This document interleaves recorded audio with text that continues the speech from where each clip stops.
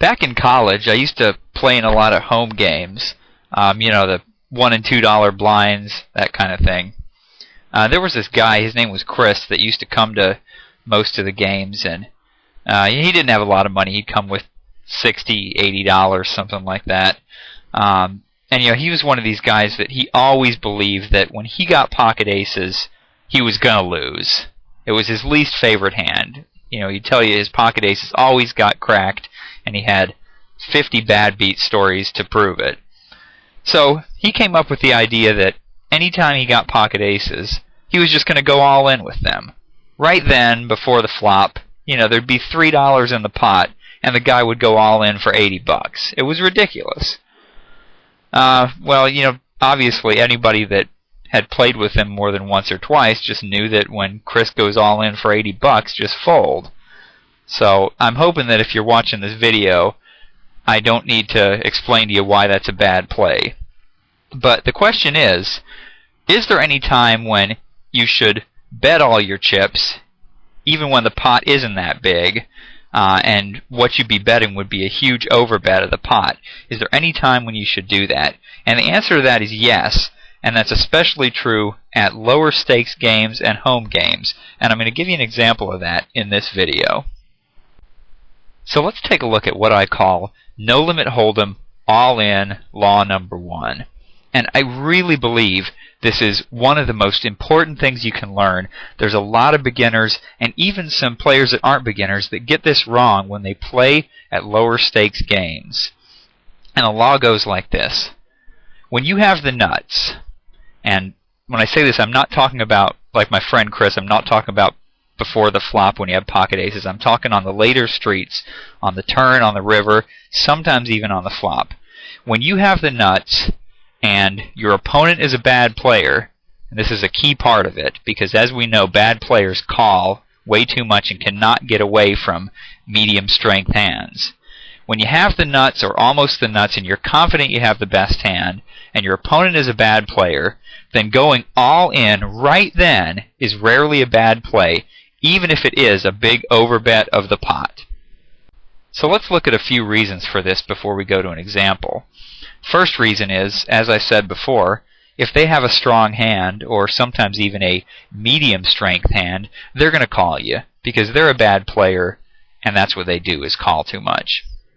The second reason, and this is an important one too, is you don't want to allow a bad card on the next street to scare them off.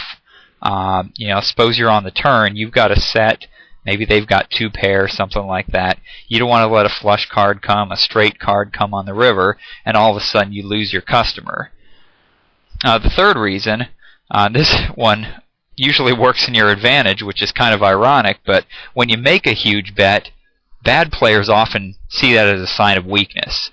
You've seen that thought process go on before. Hey, why are you betting so much? It immediately makes them suspicious. And so, ironically, the more you bet, sometimes the more likely it is that they're going to see it as a bluff.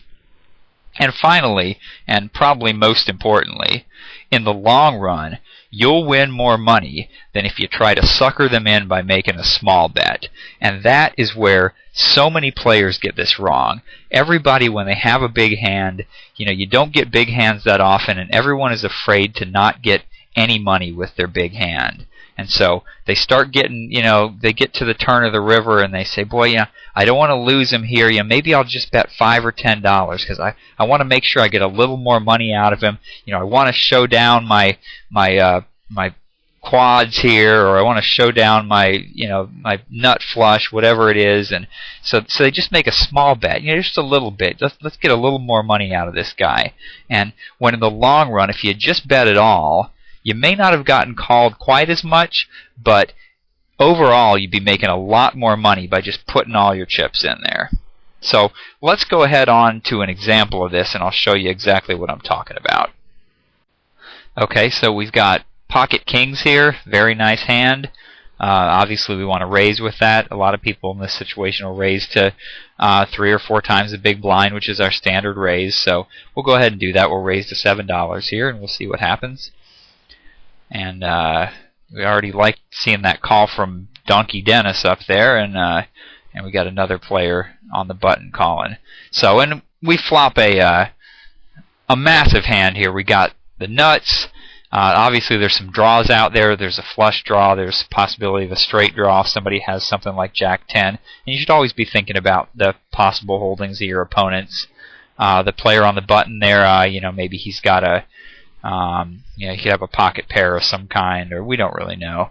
But we certainly don't want to make a small bet here because there's a lot of draws out there. So about the minimum you'd want to bet would be, say, $15. So we'll go ahead and bet that. And we got one call. Again, there's our sucker over there. And a real nice card comes on the turn. And again, we obviously do not want to make a small bet here. This kind of guy is the sort of guy that's going to call us. He may be on a draw, and he's going to call just about anything without much regards to his pot odds. So we don't want to bet small here. We'll bet about $35. And we'll see what happens. Okay, well, he called again, and here's the key moment of the hand. All the draws missed, so we know he didn't make a draw. In fact, we still have the absolute nuts in this hand. The question is, what does our buddy across the table there hold, and what is the best hand to get, in the long run, the maximum amount of money out of him? Well, to answer that question, we have to think about the kind of hands he could be holding. As we said before, he could have a straight draw of some kind. He could have Jack 10. He could have had 7-6. He could have been on a flush draw and he missed it.